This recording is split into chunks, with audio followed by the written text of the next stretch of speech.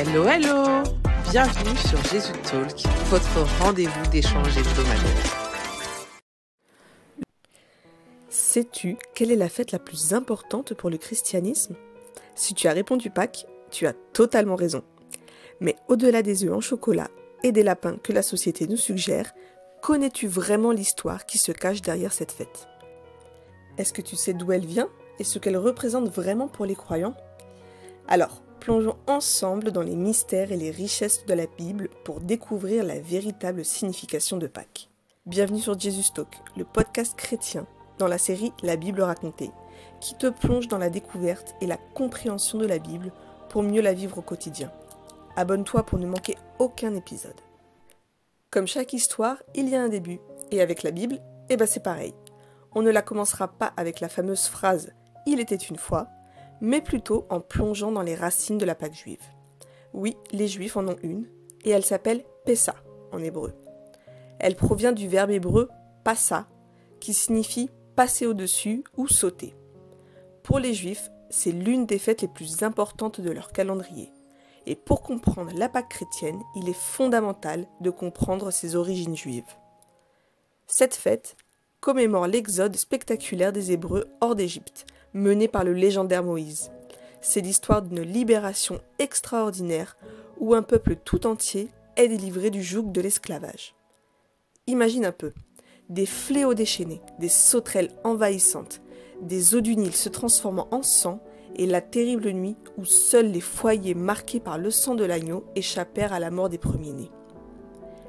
Et le nom Pessa est justement en lien étroit avec ce dernier fléau, la mort des premiers-nés humains et animaux égyptiens. En effet, les Hébreux devaient marquer du sang de l'agneau sacrificiel leur maison, comme signe d'appartenance à l'Éternel et être ainsi épargnés. La mort passait au-dessus de leur maison, mais ne les touchait pas. D'ailleurs, tu sais, toute cette histoire incroyable, avec tous ces détails, elle est bien sûr dans la Bible, dans le livre Exode au chapitre 11 et 12. Si tu veux que l'on te raconte cette histoire, écris Exode en commentaire. Alors, commences-tu à entrevoir le lien avec la Pâque chrétienne? Si nous regardons de plus près le sujet de la célébration de la Pâque chrétienne, il s'agit de la commémoration du dernier repas de notre Seigneur Jésus-Christ, de sa crucifixion et de sa résurrection d'entre les morts 3 jours après sa crucifixion. Pour remonter le fil des événements, le dernier repas de Jésus correspond à la célébration de la Pâque juive.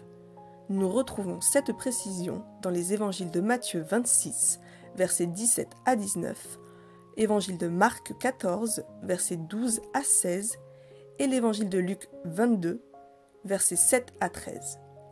Imagine-toi au cœur de ce dernier repas, où Jésus partage le pain et le vin avec ses disciples, instaurant ainsi un rituel chargé de symbolisme et d'émotion.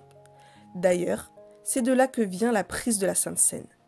C'est le début d'une nuit tumultueuse qui conduira à l'accomplissement de la prophétie et au sacrifice suprême. Mais ce n'est pas tout.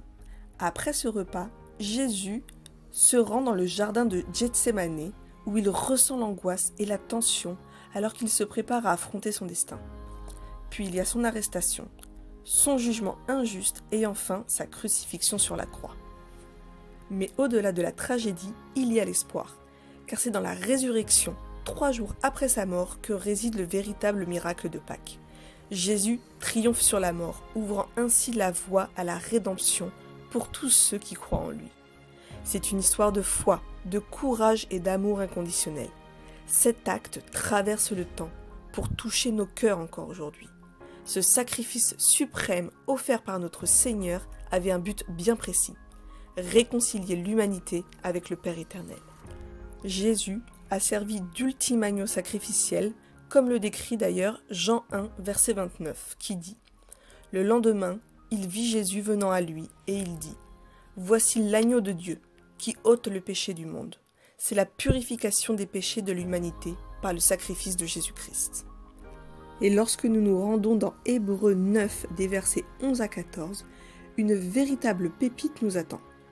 Particulièrement au verset 12 où il est dit de lui « Il a pénétré une fois pour toutes dans le sanctuaire. Il y a offert non le sang de bouc ou de veau, mais son propre sang.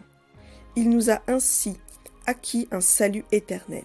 Et au verset 14, nous pouvons lire « Mais Christ s'est offert lui-même à Dieu, sous la conduite de l'Esprit éternel, comme une victime sans défaut. » Ces paroles résonnent comme une mélodie de grâce et d'amour. Elles révèlent le caractère unique du sacrifice de Jésus, qui dépasse de loin tout ce que les anciens rituels pouvaient accomplir. Dans la suite du chapitre 9 d'Hébreux, on nous éclaire sur la signification profonde de ce sacrifice.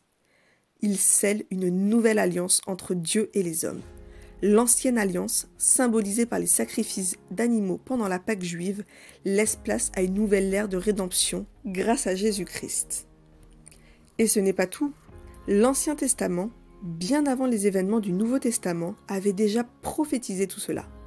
Dans le livre d'Ésaïe, considéré comme le prophète le plus messianique, le chapitre 53 dépeint de manière poignante ce que le Messie accomplirait.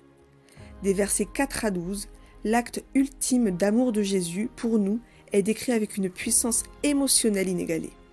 Laisse-nous te lire quelques extraits, car ils témoignent de l'ampleur de l'amour de Christ pour toi. Cependant, ce sont nos souffrances qu'il a portées, c'est de nos douleurs qu'il s'est chargé.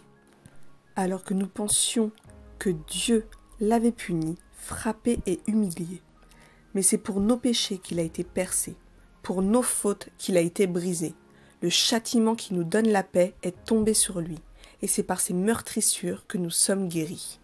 Ces mots résonnent comme une symphonie de grâce et de rédemption.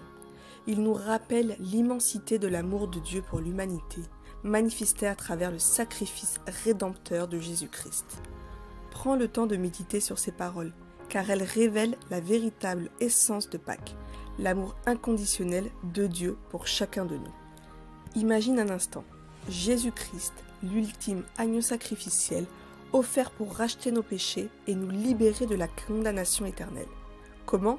Après 3 jours dans le séjour des morts, il ressuscite. D'ailleurs, le mot lui-même a été créé pour lui, car il n'y a aucun fait connu de résurrection avant l'apparition de Jésus sur terre. Cette résurrection n'est pas seulement un événement historique, mais c'est la preuve de sa divinité et de sa victoire sur le péché et la mort.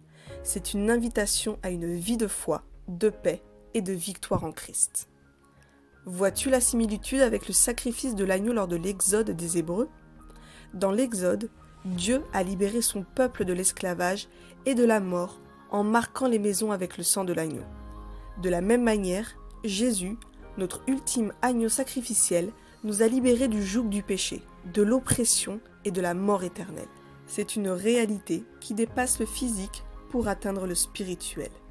Car comme nous l'avons déjà évoqué, nous sommes des êtres avant tout spirituels, et cette vérité résonne au plus profond de notre être. Merci à toi d'avoir écouté ce podcast.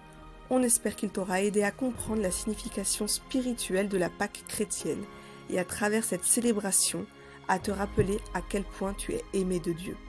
Et n'oublie pas, si tu veux faire grandir ta relation avec Jésus, n'hésite pas à t'abonner pour ne rater aucun de nos épisodes inspirants. Retrouve-nous également sur Instagram pour des astuces, des conseils pour ta vie de prière, pour méditer la Bible et des encouragements pour booster ta foi. Sois béni. On se retrouve la semaine prochaine pour une nouvelle exhortation. Passe une belle semaine avec les